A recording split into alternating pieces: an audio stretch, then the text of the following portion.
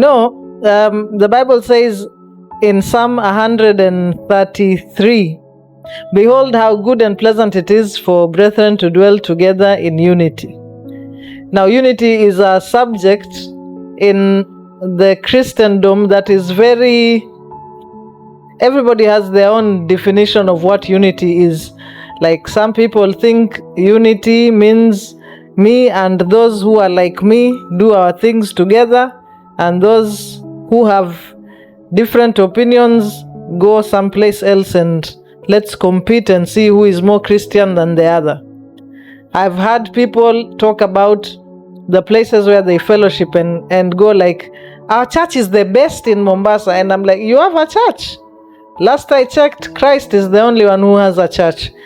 And things like that. So unity, and even before I speak more about unity, I once watched an interview on television. They were interviewing a Somali businessman or politician, I cannot remember which. And the interviewer asked him, "How is it that you guys have so much money?" And he said, "No, we don't have so much money. What we do have is unity. So that if one of us wants to do something, everybody comes to help that person do something." And he was so audacious as to say, if I said to my community today, I need 100 million, within the shortest time possible, 100 million will be found, because everybody who has money will bring it, because the end result will benefit everyone else. Now, I want to be so bold as to say that is what unity is about. Unity of purpose. We see it from the very beginning. God says, "Let us make man," or "let us." And who is he talking to? He could have been, God the Father could have been talking to himself and deciding, you the Son and the Spirit, this is not your forte, this is fatherish stuff. But no, he said, "Let us." And then he created what he created. And we continue to see unity right through the Bible and into the New Testament. When we talk about the apostles in Acts chapter 2, they continued together in fellowship, breaking of bread, and all of that. It's in your Bible. You go check it out. If you don't read your Bible, you need to start reading. That is me being united with you. But it says that none of them had need, because they had all things in common. Unity is about wanting to be of help to the other for the greater good. Unity is not about being dressed in uniforms. This is another challenge I have.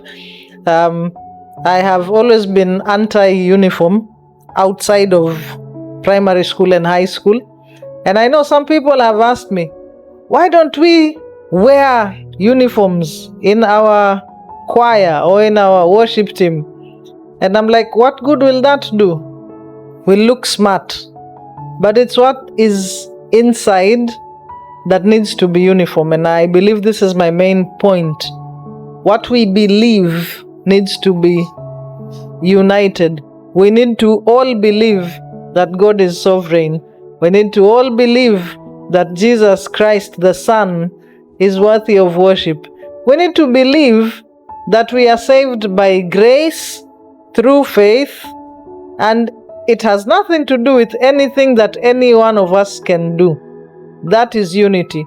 When we put this together, we look at one another as being of the same value. We look at one another as being equals. Nobody is greater than the other. Nobody is less than the other. And when the church is united, I want to give one last example. Ukiona mwenzio anafanya kitu that they are gifted at doing. You know, in Kenya we have this thing, I don't know who will deliver us from it. Mimi nikifungua kibanda cha tomato hapa, watu wanunue tomato zangu hapa wiki hii, next week tutakuwa 10. tomato mpaka mwisho, because we will not allow another person to appear to be doing well. That's not unity. Unity is mimi nikifungua kibanda cha tomato na wewe huwa unapika na tomato, njoo ununue. That way both of us benefit, and so on and so forth. But this was not about tomatoes, it's about the body of Christ. We have to be united in purpose, and then we will see how different things will be. Ni hayo tu.